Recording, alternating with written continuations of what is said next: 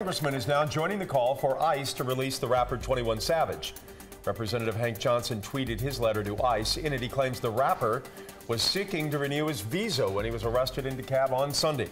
Coming up at 6, why the rapper's attorney says his recent appearance on The Tonight Show may have led to his detention.